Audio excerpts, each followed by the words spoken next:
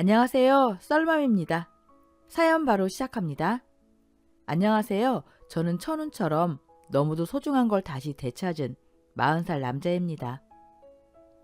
여러분, 운명을 믿으시나요? 이 말하면 꼭 도를 아십니까? 같을까 봐서 망설였는데요. 저는요, 그 운명이라는 걸 직접 겪었습니다. 운명인지 아니면 하늘이 저한테 내려준 마지막 기회인지 그날 이후로 제 인생은 완전히 달라졌거든요. 지금부터 제 인생에서 가장 기적 같았던 이야기를 이곳 썰맘에 들려드리겠습니다. 저는 꽤 여유로운 집안의 외아들이었습니다. 아버지는 나중에 고위 공무원까지 지내셨고 어머니는 약사셨어요. 부모님은 딱 하나 있는 자식인 저를 정말 애지중지하셨죠. 문제는요, 저를 너무 망가뜨릴 정도로 감싸셨다는 겁니다. 그 덕에 저는 이기적이고 사회성 없는 아이로 자랐습니다. 공부는 잘했어요. 그런데 성격은 지금 생각해도 참 별로였죠. 친구들 무시하고 천상천하 유아독존처럼 굴었으니까요. 당연히 제 주변에서 친구들이 하나둘 사라졌습니다. 그런 저한테 처음으로 먼저 다가와준 아이가 있었어요. 국민학교 4학년, 새학기 첫날 제 짝이 된 아이, 강숙란이었습니다. 체육 시간만 되면 아무도 저랑 짝하려 하지 않았는데요. 그날은 애들이 셋을 피하니까 숙란이가 제 앞에 와서 손을 내밀더군요. 야, 우리 짝하자. 점심시간에도 그랬습니다. 늘 혼자 도시락을 먹던 제 옆에 아무 말 없이 앉아서 같이 먹어줬어요. 사실 저는요, 외로웠습니다. 그런데 자존심 때문에 친구 필요 없는 척을 했죠. 그래서 말이 늘 이렇게 나갔습니다. 야, 너 나 좋아하냐? 왜 자꾸 나랑 붙어 다녀? 그 말에 숙란이는 기분 나빠하기는커녕 픽 웃더니 이렇게 말했어요. 너 친구 없잖아. 그래서 내가 친구해주는 건데. 그리고는 고개를 갸웃거리며 묻더군요. 왜? 나랑 노는 거 싫어? 숙란이는요, 원래 친구가 많은 아이였습니다. 남녀노소 가리지 않고 늘 주위에 애들이 모이던 아이였죠. 그런데도 항상 제 옆에 있어줬어요. 덕분에 저도 조금씩 다른 애들이랑 어울리기 시작했고요. 제가 또 평소처럼 친구들한테 못된 말이라도 하려 하면은 숙란이는 가만히 있지 않았습니다. 으이그, 야, 박종국! 등을 퍽퍽 치며 네가 그러니까 친구가 없는 거야. 민우가 넘어졌는데 제가 또 괜히 쏘아붙이니까 너 때문에 민우 넘어진 거잖아. 미안하다고 해야지. 제가 그랬죠. 난 잘못 없어. 노려보며 왜 내가 미안해야 돼? 그때 숙란이가 제 앞에 딱 서더니 이렇게 말했습니다. 입장 바꿔봐. 민우가 너 넘어뜨렸으면 넌 좋겠니? 순간 저도 모르게 발끈했죠. 야, 네가 뭔데 나 가르쳐? 우리 부모님은 나 틀린 거 하나도 없다고 하셨어. 그러자 숙란이가 조금도 물러서지 않고 말했습니다. 부모님이 여기 계셔? 네가 잘했는지 잘못했는지 지금은 네가 스스로 생각해야지. 저와 동갑이었지만 숙란이는 정말 야무지고 똑똑한 아이였습니다. 그때 저는 철부지 그 자체였죠. 숙란이 덕분에 저는 처음으로 부끄러움을 알았고 처음으로 반성을 배웠습니다. 그땐 너무 어려서 몰랐지만 지금 생각해보면요. 아마 그때부터였을 겁니다. 제가 숙란이를 짝사랑하기 시작한 게. 시간이 흘러 중학교. 야, 박종국. 우리 또 같은 반이네. 중학교 와서도 같은 반 될 줄이야. 진짜 반갑다. 그때 숙란이가 웃으면서 그러더군요. 근데 너 많이 변했다. 친구들이랑도 잘 지내고. 그리고 장난스럽게 한마디 덧붙였어요. 그거 다 수기 누나가 사람 만들어줘서 그런 거 알지? 그 말에 괜히 또 사춘기 감성 올라와서 웃기지 마. 이게 원래 내 성격이거든? 말은 그렇게 했지만요. 속으로는 정말 고마웠습니다. 승란이가 아니었으면 저는 아마 평생 이기적이고 친구 없는 외톨이로 살았을지도 모르니까요. 그러던 중학교 3학년. 갑작스러운 이사로 저는 서울의 다른 동네로 전학을 가게 됐습니다. 그땐 휴대폰도 없고 삐삐도 흔하지 않던 시절이었죠. 연락처 하나 제대로 남기지 못한 채 우리는 그렇게 자연스럽게 멀어졌습니다. 썰맘 사연 계속 이어집니다. 하지만요, 저 혼자 오래도록 품었던 그 짝사랑은 시간이 지나도 가슴에서 사라지질 않더군요. 약대를 다니고 졸업해서 약사가 될 때까지 몇 번의 만남도 있었지만 왜인지 오래가지 못했습니다. 그리고 제 나이 34, 처음 열린 국민학교 동창회 날. 강순난, 너 나 기억해? 나 박정국이야. 그 순간 숙란이가 웃으며 말했습니다. 와, 오랜만이다. 어쩜 이렇게 어릴 때 그대로냐? 그리고 주변 애들 얘기를 들었다며 말을 했죠. 너희 어머니처럼 약사 됐다며? 멋지다. 그렇게 끝나지 않았던 제 첫사랑은 34세야 다시 꽃을 피우기 시작했습니다. 난이를 다시 만난 겁니다. 어린 시절의 그 아이가 아니라 훨씬 성숙해진 어른이 돼서요. 저는 그날 이후로 다짐했습니다. 이번엔 절대 놓치지 않겠다고. 용기 내서 연락했고 약속을 잡았고 20회 넘게 하지 못했던 말도 결국 했습니다. 그리고 노력 끝에 저는 나니와 연인이 됐습니다. 연애는요, 정말 뜨거웠습니다. 이 사람 없으면 안 되겠구나. 처음으로 그런 마음이 들더군요. 그래서 연애 3년 만에 저는 나니에게 청혼했어요. 나나, 내가 한 여자 제대로 만들어줄게. 나랑 결혼해줄래? 나니는 잠시 놀란 얼굴로 반지를 보다가 울먹이며 웃었습니다. 반지는 또 언제 샀어? 고마워, 종구가.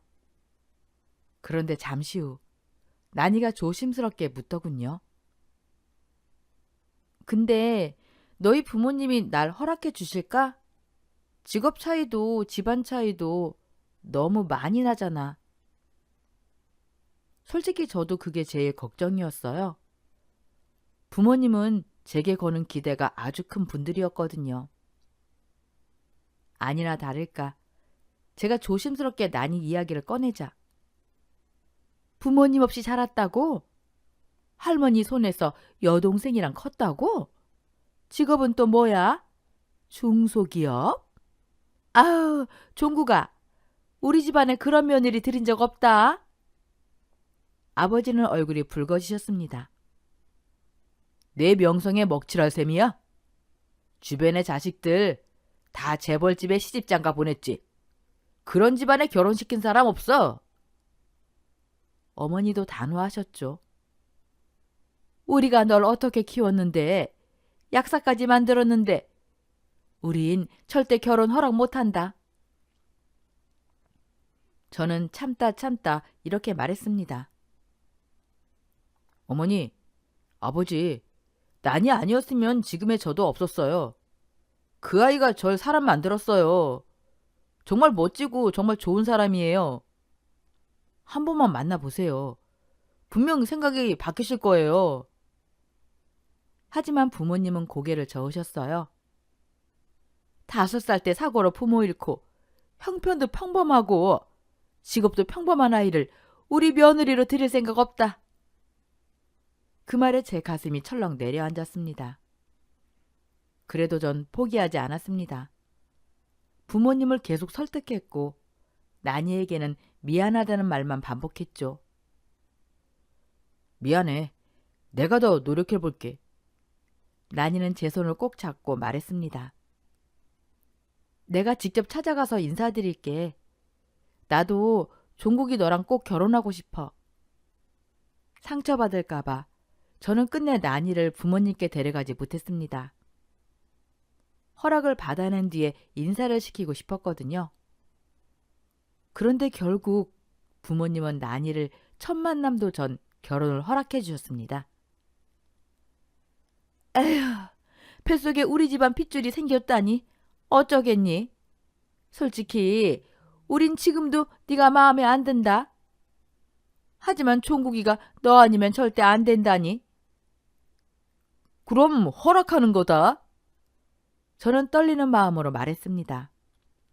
감사합니다. 저 두 분께 정말 잘하는 며느리 될게요. 믿어주세요. 나니와의 인사도 정식으로 받아주셨죠. 그렇게 드디어 결혼했습니다. 아내는 우리 집에 잘 보이려 정말 많은 노력을 했어요. 안부 전화도 자주 하고 저와 함께 자주 찾아가기도 했죠. 하지만 부모님의 태도는 썩 따뜻하진 않았습니다. 어머님, 아버님, 집에서 갈비찜 좀 해왔어요. 솜씨는 부족해도 정성껏 만들었으니 맛있게 드세요. 어머니가 대답하시길, 재료는 좋은 거 샀니? 우린 비싸고 신선한 고기 아니면 안 먹는데. 그렇지만 뭐 잘 먹어보려고 노력은 할게. 전 아내를 대하는 부모님의 태도가 불편했지만 아내가 괜찮다며 제게 웃어 보였습니다. 시간이 필요할 뿐이야. 저도 아내에게 미안했지만 사랑하는 마음 때문에 처가 식구들에게 최선을 다해 잘하려고 노력했습니다. 연애 시절부터 아내 집에 자주 찾아가 선물도 드리고 아내를 키워주신 할머니께도 정성을 다했죠. 할머니, 오늘 전복 어떠셨어요? 아주 좋았어요. 네, 그렇게 토실토실한 전복은 처음 먹어봤네. 박서방, 매번 비싼 음식만 사주고 나도 뭐라도 더 해주고 싶은데 이 늙은이가 뭐 해줄 게 있어야지. 아유, 그냥 오래오래 건강만 하세요. 할머니, 다음엔 어디로 갈까요? 남해 갔으니까 이번엔 동해로 가자. 처제와도 회사까지 찾아가 위로하고 둘이서만 맛있는 것도 먹고 서로를 배려하며 정을 쌓았습니다. 처가 식구들은 참 인간적이고 따뜻했어요. 덕분에 저는 연애 시절부터 더 자주 찾아가 함께 시간을 보내길 즐겼습니다. 그리고 날이 갈수록 연로해지는 할머니 건강도 세심히 챙겼습니다. 약사로서 노인에게 좋은 영양제를 골라드리고 비싼 종합 건강검진도 시켜드리면서 말이죠. 그렇게 저와 나니의 사랑은 운명처럼 다시 이어지고 가족과 함께 행복하게 이어졌습니다. 여보, 짜잔! 며칠 전부터 먹고 싶어 했던 파스타야. 맛있겠지? 쉬는 날인데 늦잠 좀 자지. 에이, 사랑하는 당신이랑 우리 아이 행복하게 해주기 위해서라면은 잠 같은 건 1년 안 자도 돼. 오버하지 마요. 그럼 맛 좀 볼까? 너무 맛있어. 여보, 정말 최고야. 다행이다. 앞으로 먹고 싶은 거 있으면 다 말만 해. 내가 평생 만들어줄 테니까. 그렇게 행복하게 시작된 결혼 생활. 저는 아내에게 잘하는 게 당연한 일이라 생각했죠. 모든 게 완벽해질 거라고. 부모님만 차츰 마음을 열어주시면 말이죠. 하지만 우리 결혼 생활은 순탄하지 않았습니다. 미안해. 여보, 우리 아이. 내가 끝까지 지켜주지 못했어. 임신 6개월, 아내는 유산으로 아이를 잃었습니다. 그 아내는 몸과 마음 모두 깊이 상처받았죠. 저는 그 상처를 보살피며 아내를 지키려고 애썼습니다. 하지만 시간이 지날수록 아내가 점점 힘들어한다는 걸 알게 됐습니다. 여보, 사실 나 어머님 아버님 때문에 너무 힘들어. 가뜩이나 우리 아이 잃은 것도 슬프고 속상한데 두 분 때문에 정말 미칠 것 같아. 그 말에 저는 소스라치게 놀랐습니다. 그동안 아내를 힘들게 만든 사람, 바로 제 부모님이었던 겁니다. 유산 후 부모님은 번갈아가며 전화를 걸어오셨어. 처음에는 위로인지 알았지. 하지만 아니었어. 이제 아이도 없는데 당신과 하루빨리 이혼하라는 거야. 하지만 나는 매번 같은 말씀을 드렸고 죄송하지만 그럴 수 없습니다. 라고 했어. 그런데 어머니가 말씀하시길 네가 애를 유산시켰다고 앞으로도 너는 팔자 더러운 애니까 당장 내 아들 곁에서 떨어지라고. 그 말을 듣는 순간 심장이 쿵쾅 뛰더군요.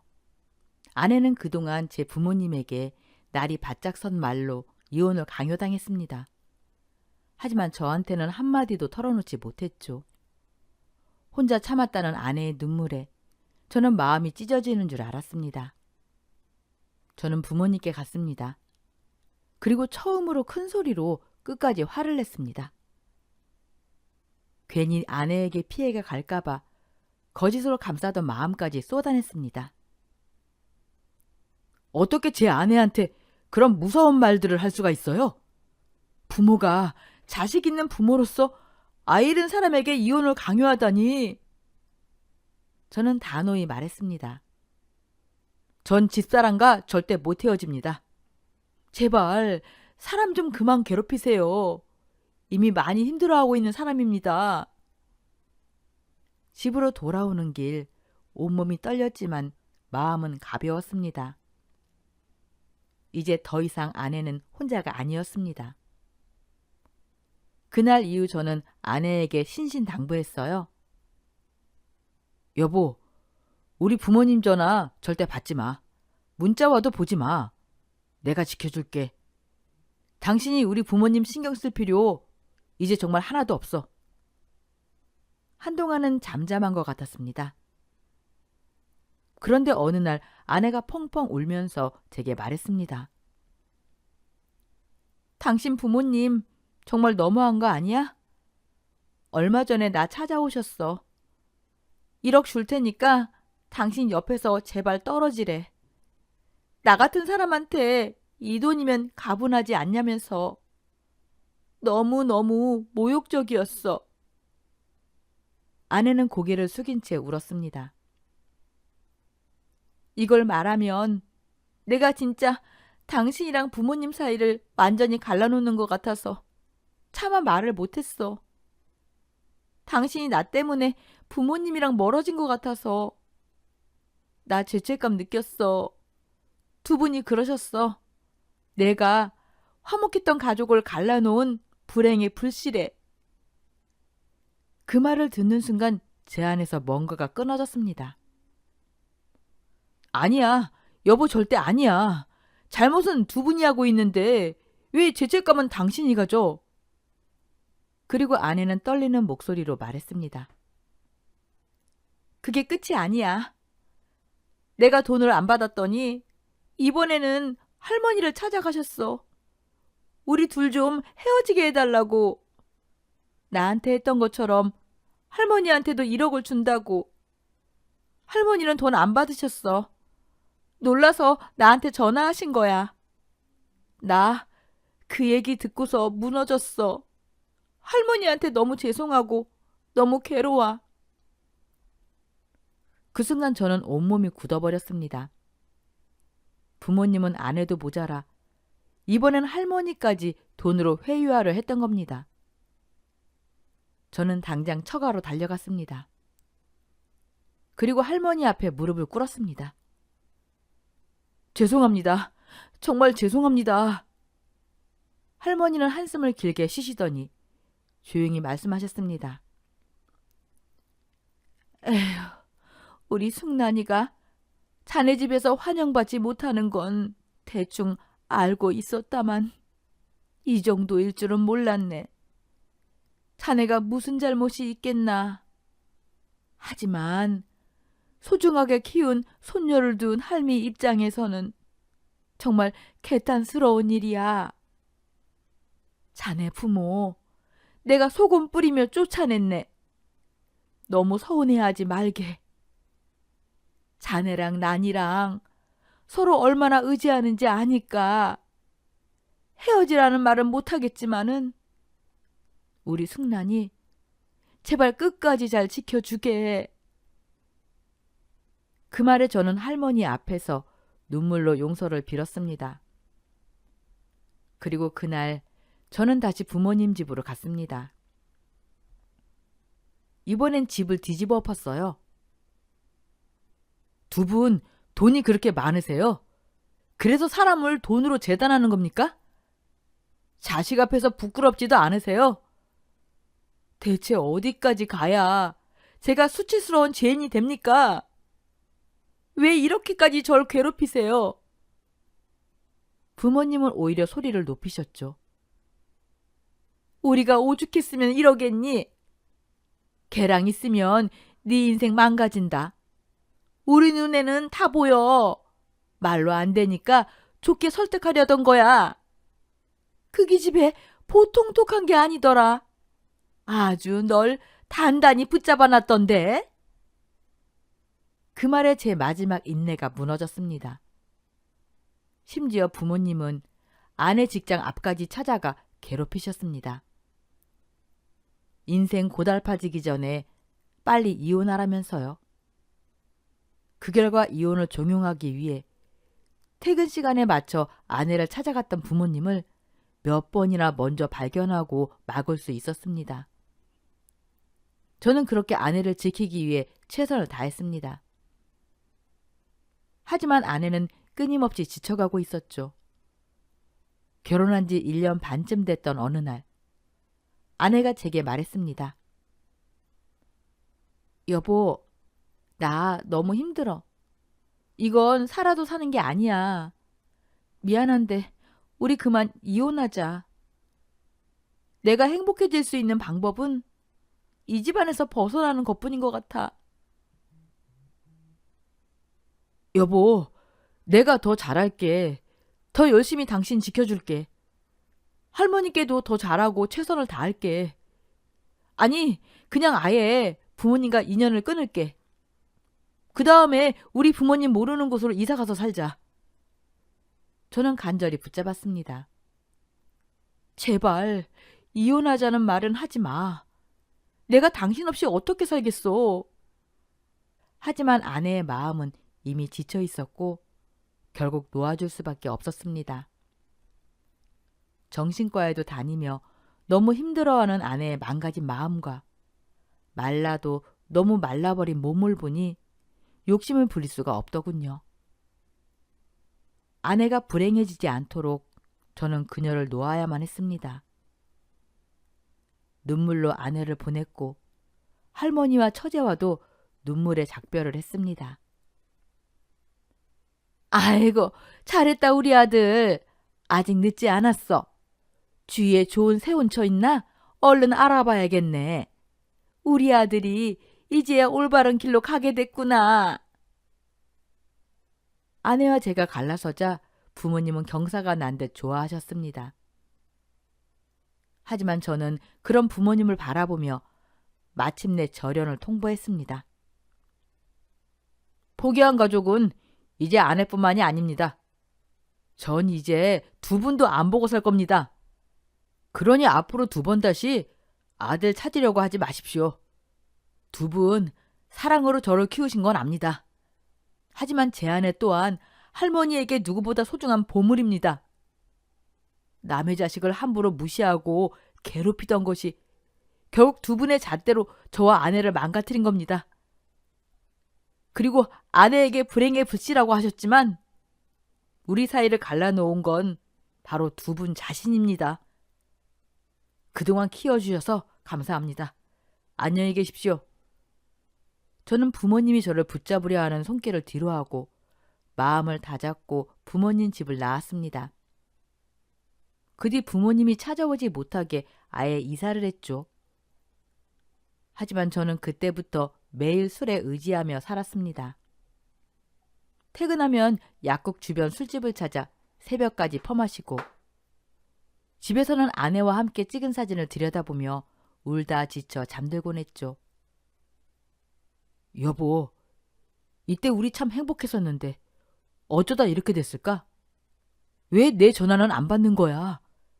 당신은 나 없이 잘 지낼 수 있는 거야? 보고 싶어. 술을 잘하지 않던 제가 괴로운 마음에 술을 찾게 되더군요. 잠을 붙잡기 위해 숨이 턱턱 막히는 괴로움 속에서 아내에게 전화도 해봤지만 아내는 이미 냉정하게 연락을 끊은 상태였습니다. 결국 제가 할 수 있었던 건 할머니께 하소연하는 일뿐이었죠. 딱 한 번 울먹이며 전화를 드렸습니다. 할머니, 잘 지내시죠? 승란이는 밥은 잘 먹나요? 웃기는 해요? 난이가 전화 안 받아요. 제가 숙란이에게 전화할 자격은 없다는 건 알지만은 숨이 막힐 것 같아요. 그냥 잘 지내면 좋겠어요. 할머니는 그때 목이 메인 목소리로 말씀을 하셨어요. 승란이 잘 지내고 있으니 자네도 이제 자네 인생을 살아야지. 그날 이후 저는 거의 폐인처럼 살았습니다. 밥도 제대로 먹지 않고 잠도 거의 못 자며 술만 달고 살았더니 몸무게가 10kg이나 빠졌습니다. 그렇게 이혼 후 3개월쯤 지났던 어느 날, 일이 끝나고 버스를 타고 물레역으로 가던 길이었습니다. 맨날 혼자 있으면서 청승 맞다고 친구가 불러서 억지로 몸을 움직였죠. 술을 마시러 가는 길이었으니 차는 두고 버스 창가에 앉아서 무심히 바깥 풍경을 보고 있었는데 눈앞에 있던 광경에 제 눈이 서서히 휘둥그레졌습니다. 정류장 의자에 낮게 웅크린 사람이 있었고 서서히 초점을 맞추자 그 사람이 바로 3개월 전 이혼한 아내였습니다. 아무리 연락을 해도 받지 않던 바로 그 사람. 버스가 문을 닫고 출발하려는 순간 그리움과 충격이 폭발했습니다. 기사님, 잠시만요. 내릴게요. 차 좀 세워주세요. 버스가 급히 멈추고 나는 떨리는 발걸음으로 그녀에게 다가갔습니다. 여보, 왜 여기 있어? 여긴 어쩐 일이야? 난 그냥 퇴근하려고. 아내의 목소리는 힘없이 흐려져 있었습니다. 여보, 어디 아파? 왜 이렇게 안색이 안 좋아? 세상에, 이 땀 좀 봐. 안 되겠네. 병원 가자. 얼른. 내 약사로서의 본능이 그녀를 보자마자 알았습니다. 그냥 피곤해 있는 게 아니었습니다. 몸이 건강이 심각하게 위험한 상태였습니다. 아내는 축 늘어져 있었고 얼굴은 창백했고 흘리는 땀과 힘없는 몸짓은 한눈에 위급함을 알게 했습니다. 그 순간 모든 감정이 한꺼번에 밀려왔습니다. 여보, 괜찮지 않아. 내가 지켜줄게. 절대 혼자 두지 않을 거야. 나는 그녀를 붙들고 택시로 향했습니다.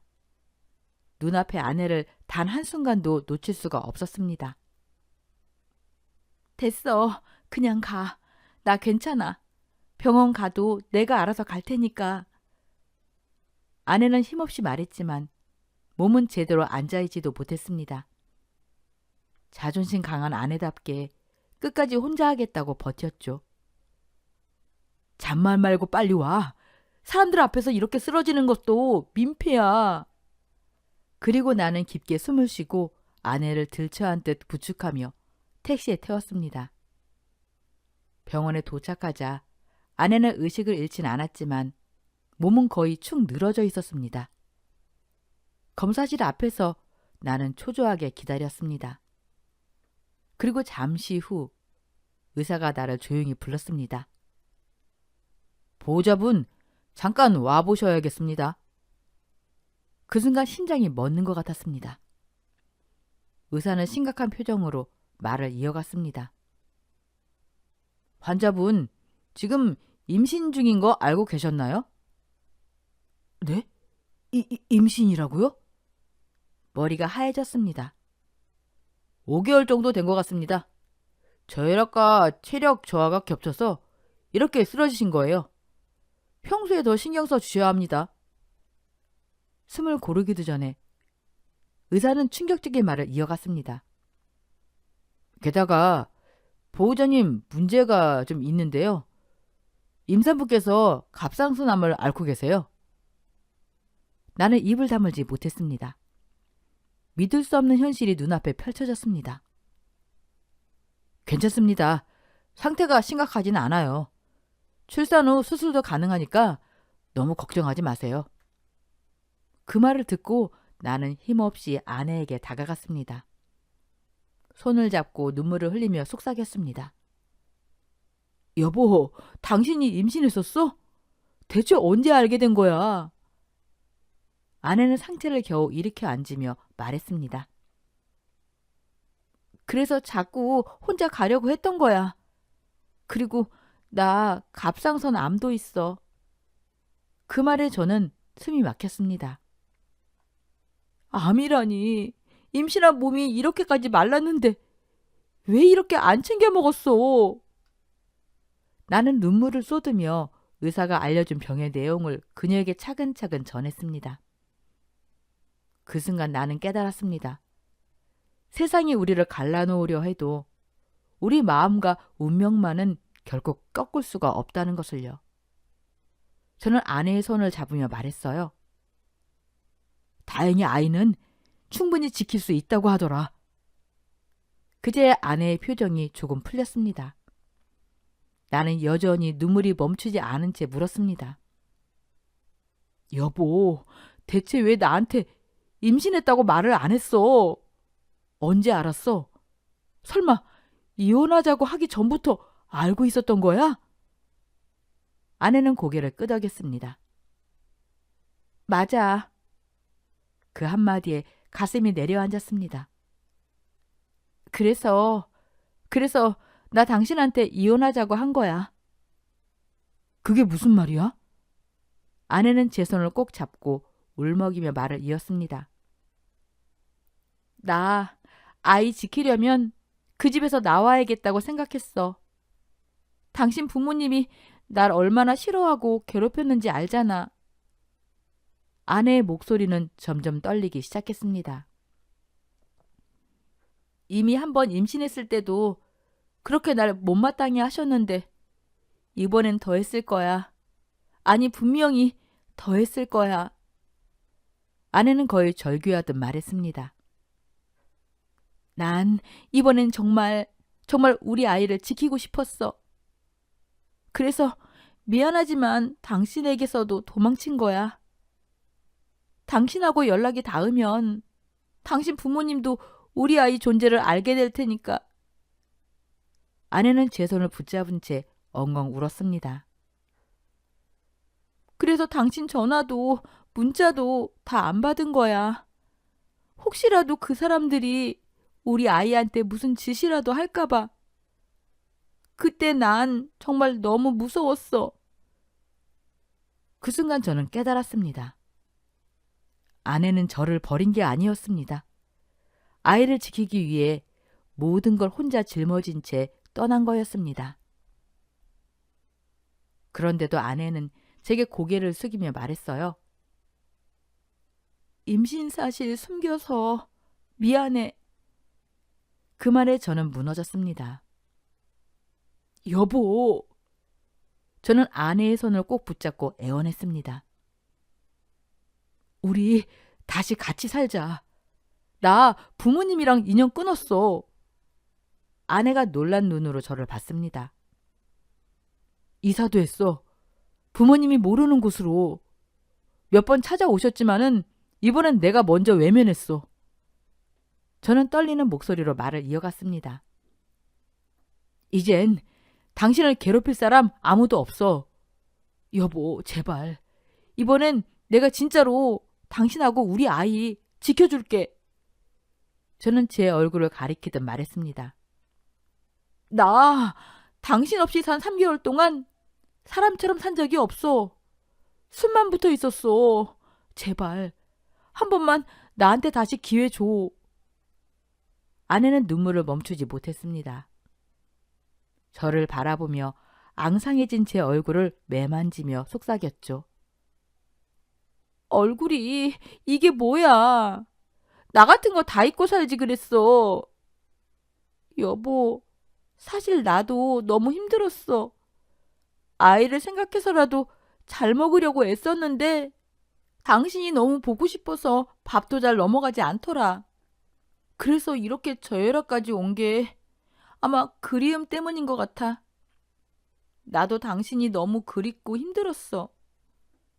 그 말을 듣고 저는 손을 꼭 잡으며 약속했습니다. 여보, 이제 우리 두 손 절대 놓지 말자. 당신도 우리 아이도 내가 반드시 지켜낼 거야.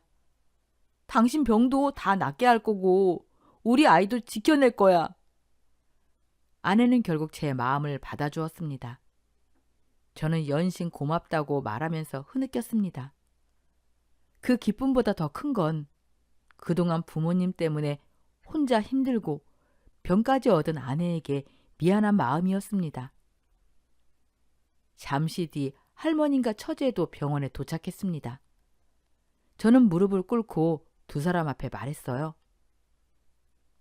임신한 아내를 두고 이렇게 혼자 두고 병까지 생기게 한 제가 너무 큰 죄인입니다. 이 못난 저를 다시 받아주신다면 아내를 목숨 걸고서 지켜가면서 살겠습니다. 그러니 제발 다시 한 번만 받아주세요. 할머니는 잠시 한숨을 쉬더니 미소 지으며 말했습니다. 아휴, 젊은이들이 하늘을 울렸나 보네. 그래, 이렇게 다시 마주친 것도 운명이겠지. 자, 다시 한번 잘 살아보게. 그 옆에서 처제도 눈물을 흘리며 말했습니다. 이번엔 정말 잘 살아라, 형부. 그날 이후 저는 다시 아내와 함께 살기 시작했습니다. 아내는 안정이 필요해 병원에서 3일간 입원했고 그 뒤 집으로 돌아와 저와 함께 생활을 재개했습니다. 출산 후 수술을 진행하기로 했지만 임신 기간 동안 아내는 정기적으로 검사를 받으며 건강을 지켰습니다. 저는 그렇게 아내를 데리고 꾸준히 병원을 다녔습니다. 임산부와 저혈압, 그리고 암에 좋은 영양제와 몸에 좋다는 건 다 챙겨주며 아내를 보살폈죠. 당신 몸 상태가 이런데 일은 무슨 일이야. 이럴 때 당신 지켜주려고 내가 돈 잘 버는 거 아니겠어? 당신은 내 목숨이고 내가 살아가는 이유야. 그러니까 제발 일 그만두고 건강부터 생각해줘. 저의 진심에 아내도 더는 고집을 부리지 않았습니다. 그리고 오랜만에 부모님을 찾아갔습니다. 마음을 굳게 먹고 말씀드렸죠. 저 두 분 보고 싶어서 온 거 아닙니다. 저 집사람과 재결합했고 집사람은 이미 임신도 했습니다. 혹시 나중에라도 집사람을 괴롭힐까봐 먼저 말씀드립니다. 다시 연락하고 찾아와서 아내나 할머님을 괴롭히시면은 그땐 부모님이고 뭐고 바로 법적 조치 하겠습니다. 물론 부모님은 배은망덕한 놈이라며 소리를 질렀습니다. 하지만 저는 마음을 독하게 먹고 집을 나왔어요. 그 뒤 부모님은 포기하고 더 이상 약국에도 찾아오지 않으셨죠. 이제 아내와 재결합한 지 3년. 저희 가족은 아주 행복하게 살고 있습니다.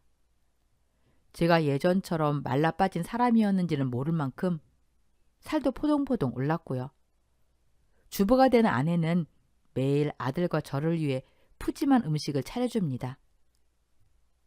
여보, 이제 나 그만 좀 먹여. 제외했을 때보다 15kg 쪘어. 괜찮아. 잘 먹으면 운동하면 되지. 우리 아빠 멋있어. 아들의 웃음소리에 제 마음도 가득 차올랐습니다. 아내는 출산 후 수술도 무사히 마쳤고 건강을 완전히 회복했습니다. 이제 우리는 서로 그리고 우리 아이와 함께 행복한 일상을 살아가고 있습니다. 하지만 완치 판정을 받으려면 아직 멀었습니다. 아내는 지금도 꾸준히 검사를 받으며 지내고 있어요. 저는 남편이자 약사로서 그녀의 건강을 위해 최선을 다하고 있습니다. 오늘도 우리 집엔 행복한 소리가 넘치는구나. 할머님, 노인정 다녀오셨군요. 아직 집에 안 오신 줄 알았으면 제가 모시고 들어올 걸 그랬네요. 아내와 저는 2년 전 더 넓은 집으로 이사한 후 할머니가 함께 살고 있습니다.